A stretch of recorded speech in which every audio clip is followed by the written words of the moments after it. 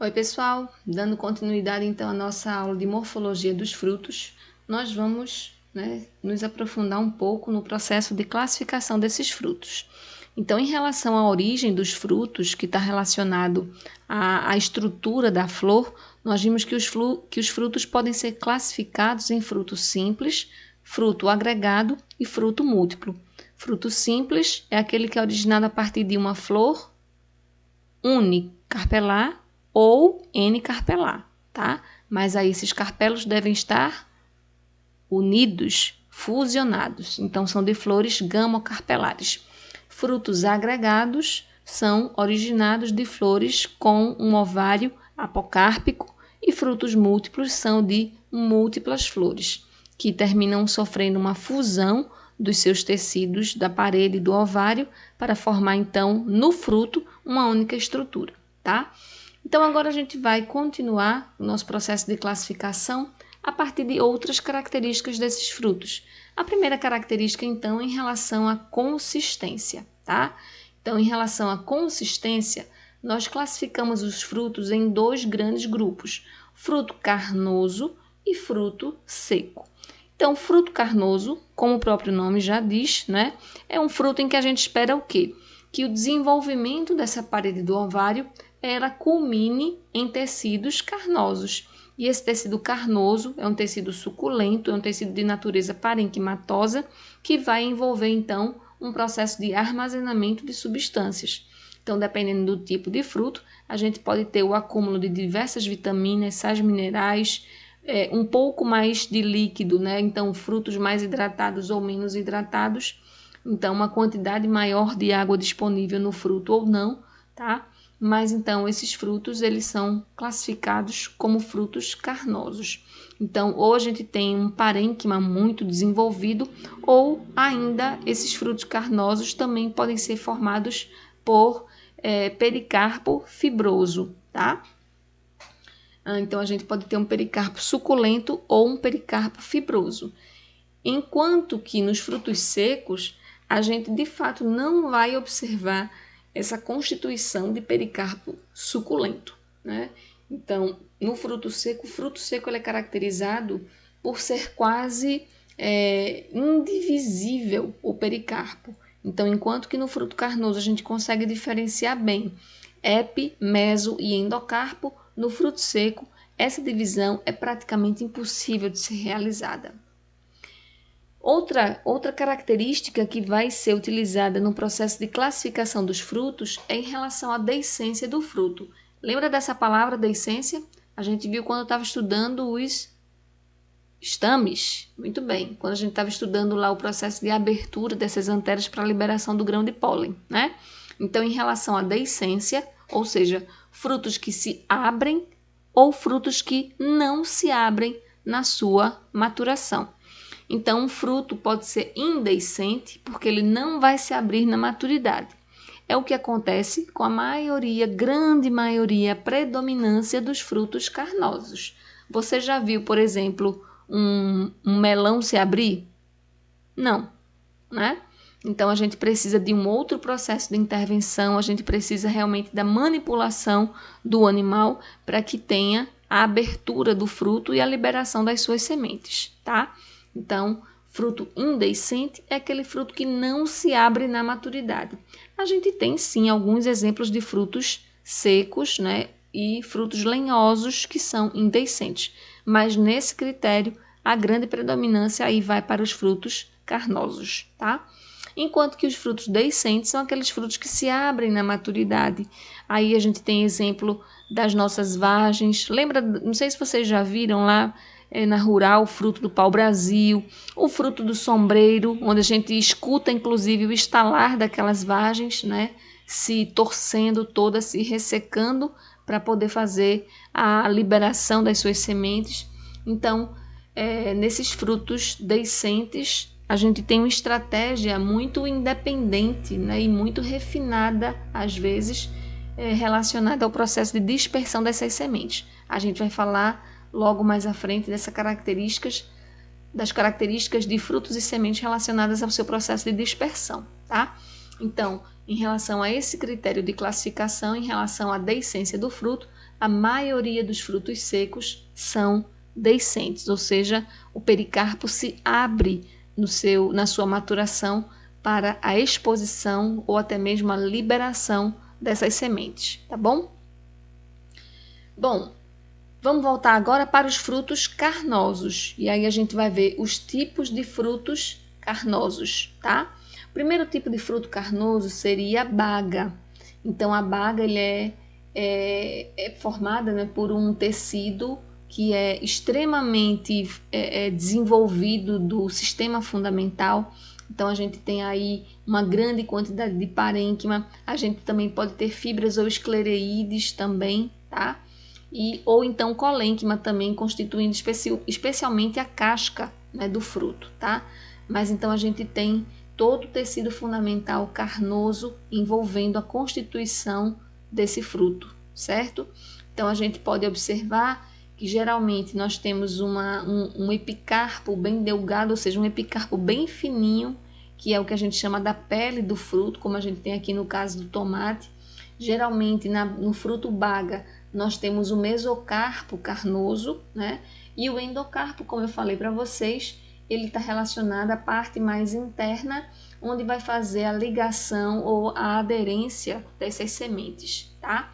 Então a gente tem como característica também do fruto baga ele ser um fruto carnoso formado por muitas sementes, poliespérmico, certo?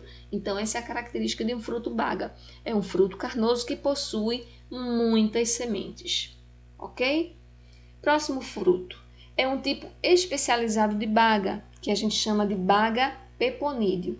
É um fruto carnoso, é um fruto que também apresenta muitas sementes, mas uma característica, né, que a gente vai observar é que eu não tenho septos. Ó, aqui na baga nós temos os septos dividindo aqui os lóculos desse carpelo, lembra, né, que a gente falou? Então nós temos os septos, ou seja, nós temos essas paredes aqui que são resultantes do processo de quê? De fusão desses carpelos. Na baga, a ausência desses septos não significa que é uma flor unicarpelar, não significa que é uma flor que tem apenas um lóculo e um carpelo, não. É porque o processo de desenvolvimento desses septos, na verdade, ele foi evoluindo. Então, é como se os septos que separavam aqueles lóculos, né, ou seja, os diferentes carpelos, aquele septo ele vai se desfazendo. E ao se desfazer, o fruto ganha o aspecto de uma única massa, de uma única estrutura, certo? Então, uma outra característica também das bagas peponídeo é que em alguns frutos a gente pode ter a parte do meio desse fruto totalmente oca, como é a característica do melão, como é a característica do girimum. Lembra? Girimum é fruto, tá? Ó, vamos falar essa questão de classificação, né, dos termos comerciais e dos termos científicos. Tudo aquilo que é originado a partir do ovário da flor é fruto, certo? Então, tomate é fruto, mamão é fruto, chuchu é fruto. Mas, comercialmente, esses frutos recebem classificações ou denominações diferenciadas. Aí a gente tem o termo fruta, verdura e legumes. As frutas são essas mais palatáveis, né? Como é o caso daqui das duas imagens, a melancia e o melão. As verduras estão mais relacionadas àquilo que a gente utiliza nas nossas saladas, uma salada crua ou uma salada cozida. Então a gente tem o quê? A gente tem o alface, a gente tem o coentro, né? O tomate, são denominadas de verduras. E legumes são aqueles alimentos, são aqueles frutos que a gente utiliza mais na forma cozida, digamos assim. Então, o que a gente teria de legume? Uma vagem, que mais? Um girimum, legume. Um chuchu seria considerado um legume. Então, as verduras estão mais relacionadas à parte de temperos, tá? E os legumes são mais uma parte, de fato, carnosa e cozidas, né? Mas isso são classificações comerciais. Aqui a gente vai se deter a classificação, né, científica, tá? Então, a gente está falando de frutos. Baga, e agora baga simples, né? E agora baga peponídeo, tá? Um outro tipo de baga é a característica dos citros. Então, os citros, eles são uma baga especializada denominada de baga hesperídeo. Também constitui várias sementes, é uma característica de todas as bagas, são frutos formados que apresentam várias sementes, são frutos polispérmicos, tá? Todas as bagas são polispérmicas, né? Mas a característica da baga hesperídeo é a constituição específica do seu endocarpo. Então, aqui se a gente pega a imagem da laranja ou do limão, a gente vai ver o quê? O epicarpo é essa parte que apresenta essas glândulas sucosas, aliás, que apresenta esses poros, né? Que quando a gente espreme sai aquele sumo, tá? Então, essa parte, né, da casca é o epicarpo. Essa parte branquinha, esponjosa, que é rica em fibra, tá? Ela é o mesocarpo, ou seja, não é a parte comestível do fruto, mas aqui a parte comestível do fruto trata-se do endocarpo. E esse endocarpo ele é constituído por vários tricomas glandulares, vários tricomas sucosos. Então, quando a gente pega, acho que vocês já fizeram isso, dá para ver de fato o tricoma sucoso, né, que constitui aqui os baguinhos da laranja. Então, um bago da laranja é o quê? É o ovário? Não, o ovário é isso daqui tudinho. O ovário é o meu fruto, né? Então, isso daqui se refere a um carpelo. Então, o bago da laranja é um carpelo daquela flor, daquele gineceu, certo? Então, aqui a gente tem, ó, uma flor que N carpelar, né? São vários carpelos, geralmente são 10, mas como é uma coisa comercial que já está muito mexida, são várias linhagens, né? Aí a gente pode ter alguma variação, mas geralmente são 10 carpelos e esses carpelos são gamocarpelares. Então aqui eu já pergunto a vocês, a laranja é um fruto simples, múltiplo ou um fruto agregado? Fruto simples, né? Gamocarpelar, tá? É um fruto simples em relação à natureza, é um fruto carnoso em relação à constituição, do tipo baga hesperídeo, tá? Então, esse seria a classificação mais completa da laranja, né? É um fruto simples, carnoso, tipo baga hesperídeo. Laranja, limão, tangerina, os citros de um modo geral, tá? Um outro tipo de fruto carnoso é o fruto drupa, certo? A noz está aqui como exemplo de fruto carnoso, não foi por engano, não é um equívoco, né? Então lembra que eu falei para vocês que os frutos carnosos eles podem ter um pericarpo, né? Comestível, um pericarpo parenquimatoso ou ainda um pericarpo bem fibroso, tá? Como é o caso então aqui da noz, né? Mas aqui eu trago também um outro fruto que é muito conhecido, né? A manga e também a ameixa, dois exemplos de frutos bem conhecidos e que às vezes são uma casca de banana, né? Então aqui eu pergunto para vocês, nesses dois exemplos aqui, na ameixa e na manga, cadê o epicarpo? Muito bem, é a casca. A casquinha da ameixa, essa parte roxinha, a parte aqui avermelhada da manga é o epicarpo, certo? Ótimo, maravilha. Cadê o mesocarpo?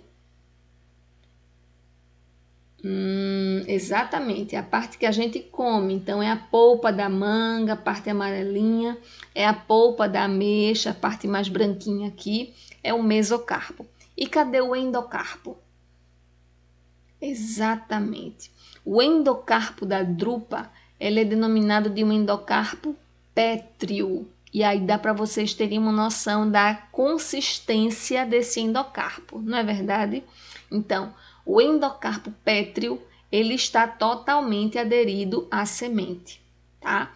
Então, esse caroço que a gente tem aqui, na verdade, não é a semente.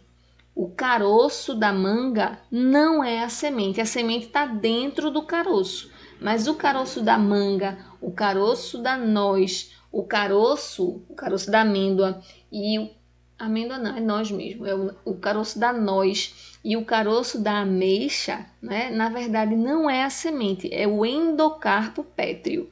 Dentro dele é que está a semente. Vocês já tiveram a curiosidade de abrir o caroço da manga? Vocês vão ver. Se vocês abrirem lá o caroço da manga, vocês vão ver que lá dentro é que de fato nós temos a semente. A semente da manga lembra muito a semente do chuchu, certo? Ela é alongada também, o cotilédone alongado lembra muito a semente do chuchu. A semente da ameixa, de fato, eu nunca abri, não. É dura demais, demais mesmo, tá? A da noz já consegui abrir com a ajuda daquele quebra-nozes, né? Mas também é bastante resistente. Bom, uma diferença, né, clássica assim, para a gente matar o que define drupa e baga também está relacionada à quantidade de semente, certo? Então, drupa ela é polispérmica e, aliás, baga ela é polispérmica e a drupa ela é formada por uma única semente, ok? Trago para vocês um exemplo para a gente começar a discutir agora. O coco. O que é o coco?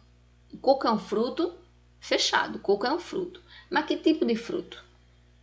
Primeiro, em relação à sua natureza. Ele é um fruto simples, um fruto múltiplo ou um fruto agregado?